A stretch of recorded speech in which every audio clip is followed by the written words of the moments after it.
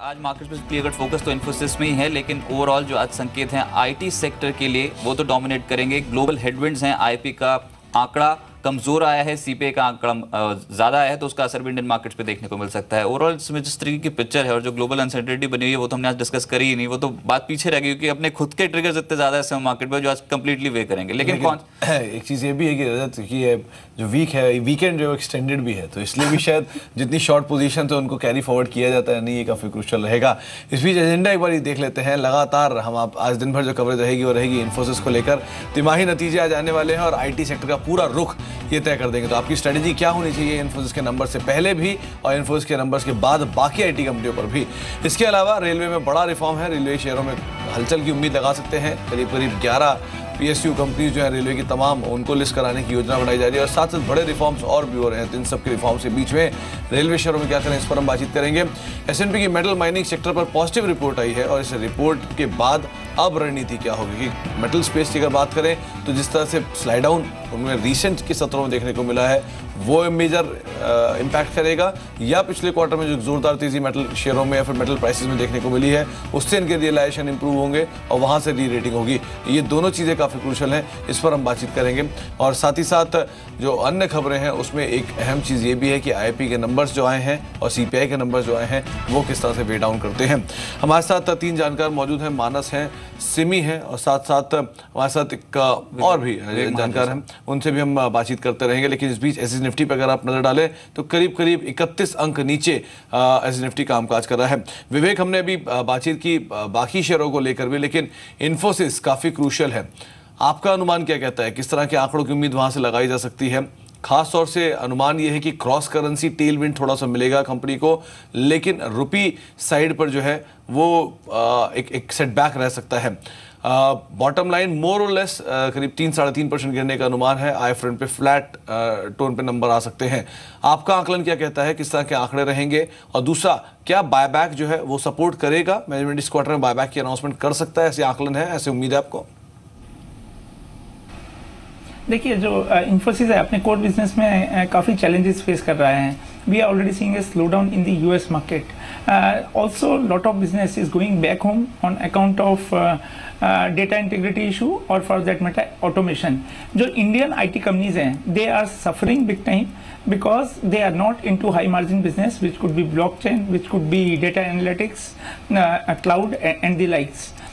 We believe the pressure in the margin is likely to continue.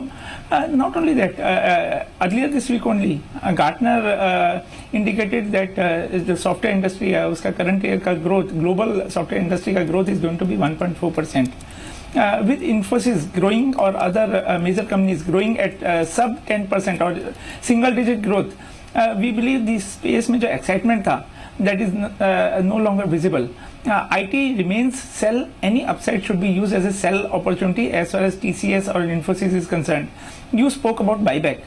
Buyback में definitely short term support मिल सकता है stock को, but that is not on account of company's core performance. That is artificially induced support in the stock price.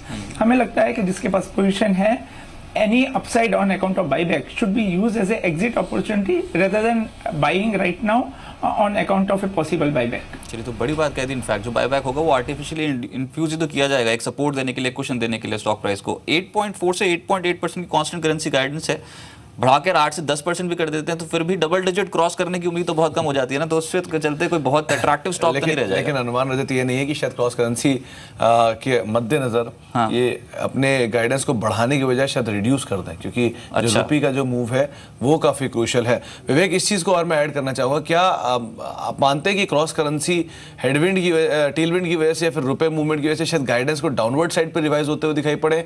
क्योंकि cloud एक और ऐसी चीज़ है जिसपे कंपनी फोकस कर रही है और जिस तरह की नंबर्स रहे हैं, जिस तरह क्लाइंटल हैं, या जिस तरह की प्राइसिंग पे नए कॉन्ट्रैक्ट्स हो रहे हैं, ये मान सकते हैं कि शायद डाउनवर्ड साइड पे कुछ गाइडेंस रहे कंपनी की अगले फाइनेंशियल ईयर के लिए? शायद हमने लास्ट 12 मंथ्स में ही देखा है कि कंपनी ने शायद 2 या 3 बार अपनी गाइडेंस कम की है। जो आप बोल रहे हैं, yes, that is very much possible. issues or challenges at this point are humongous, और जो INR strengthen हुआ है, that is again something which is going to weigh on entire IT sector performance. चलिए, तो क्लियर कट फोकस रहेगा। Guidance क्या जारी करती है कंपनी इस बार कांस्टेंट करेंसी की, लेकिन आज की तैयारी करते हैं, कौन सी ट्रेडिंग स्ट्रैटेजी, कौन से स्टॉक्स आपके रडार पर रहना चाहिए। मोमेंटम कॉल्स आज के अलग अलग ब्रोकिंग हाउसेस की बताने के लिए पूजा मौजूद है। पूजा बताएं। जी, जानकारों का रुझान ज़्यादातर मिड कैप और स्मॉल कैप शेयरों में देखने को मिल रहा है। 10 में से 8 कॉल्स में बाय की सलाह आ रही है और 2 में आज बिकवाली की राय देखने को मिल रही है। इन्वेस्टर पॉइंट्स के कॉल से पहले शुरुआत कर लेते हैं। इनका पहला कॉल हैवेल्स में है, जिनमें इन्होंने बाय कॉल दिया है। 500 तक के लेवल्स देखने की उम्मीद है, यानी कि इंट्राडे में ही करीब 2 से 3% के रिटर्न इस स्टॉक में आपको देखने को मिल सकते हैं। सिंटेक्स इनका अगला बाय कॉल है। 116 के लक्ष्य के लिए यहाँ पर बाय करने की राय ये दे रहे हैं और 110 का स्टॉप लॉस लगाने का ये सुझाव दे रहे हैं। अगला कॉल मैस्टेक 225 के लेवल से स्टॉक में देखने की उम्मीद है। कल भी शानदार रैली स्टॉक में देखने को मिली थी, आज भी 7% तक की का मूव स्टॉक में देखने का अनुमान है। 203 का स्टॉप लॉस लगाकर चलने की राय होगी। और आखिरी कॉल में इन्होंने लक्ष्मी विलास बैंक में खरीदारी करने की राय दी है 180 के टारगेट के लिए, और करीब 3 से 4% की तेजी स्टॉक में भी आज आपको देखने को मिल सकती है। IDBI कैपिटल के कुछ कॉल्स ले लेते हैं। इन्होंने दीपक फर्टिलाइजर्स में खरीदारी करने की राय दी है और इनका मानना है कि इंट्राडे में ही करीब 268 तक के लेवल्स स्टॉक में देखने को मिल सकते हैं। 255 का स्टॉप लॉस लगाकर चलने की राय ये दे रहे हैं। और अगले कॉल में इन्होंने NRB बेयरिंग में खरीदारी करने की राय दी है 115 के टारगेट के लिए, और 107 का स्टॉप लॉस लगाने का ये सुझाव दे रहे हैं। चॉइस ब्रोकिंग के आप कुछ कॉल्स लेते हैं। इन्होंने बॉम्बे डाइंग में खरीदारी करने की राय दी है। इनका मानना है कि इंट्राडे में ही अच्छी रैली देखने की उम्मीद है। 90 तक के लेवल से स्टॉक में देखने को मिल सकते हैं और 79 का स्टॉप लॉस लगाकर चलने की राय होगी। और GSFC इनका अगला बाय कॉल है। यहाँ पर इनका मानना है कि 128 के लेवल से स्टॉक में देखने की उम्मीद है और 117 का स्टॉप लॉस लगाकर चलने की राय। अगले 2 कॉल बिकवाली की राय दे रहे हैं। रिलायंस डिफेंस में इनका सेल कॉल है। कल नतीजे भी आए हैं, उसके बाद ये यहाँ पर बिकवाली करने की राय दे रहे हैं। 61 तक के लेवल्स की गिरावट आज स्टॉक में देखने की उम्मीद है। 68 का स्टॉप लॉस लगाकर चलने की राय होगी। और आखिरी कॉल में इन्होंने रिलायंस पावर में बिकवाली करने की राय दी है 46 के टारगेट के लिए, और स्टॉप लॉस 49.5 की राय ये दे रहे हैं। चलिए, ADG पैक में कमजोरी आ सकती है। बहुत शुक्रिया आपको मेरे साथ जुड़ने के लिए और कॉल्स बताने के लिए। सिमी, आपके रडार पर कौन से स्टॉक्स हैं, ट्रेडिंग आइडियाज आज के लिए शेयर करें। रजत, 4 ट्रेडिंग आइडियाज़ हैं आज के लिए, नहीं शॉर्ट टर्म से हैं। शॉर्ट टर्म के लिए, शॉर्ट टू मीडियम टर्म के लिए है। इनफैक्ट कैपिटल फर्स्ट एक स्टॉक है जिसमें मुझे लगता है कि अच्छा रैली अभी भी आ सकता है, ऑलरेडी बहुत ही चल चुका है।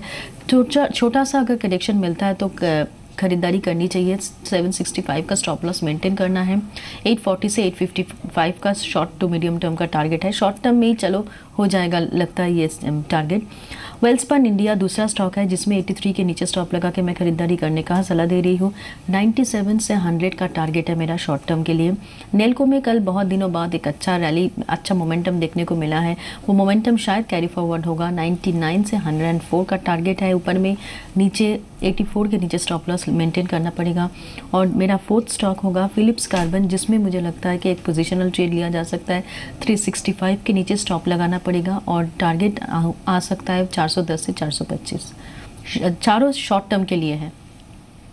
चलिए, लेकिन अब बात करते हैं आज के टुडेज ट्रेड की। कैसा स्टॉक जहां पर दमदार एक्शन देखने को मिल सकता है। कल बताया गया था आपको नेल्को दिन के उच्चतम स्तर पे बंद होता नजर आया, स्ट्रॉन्ग तेजी।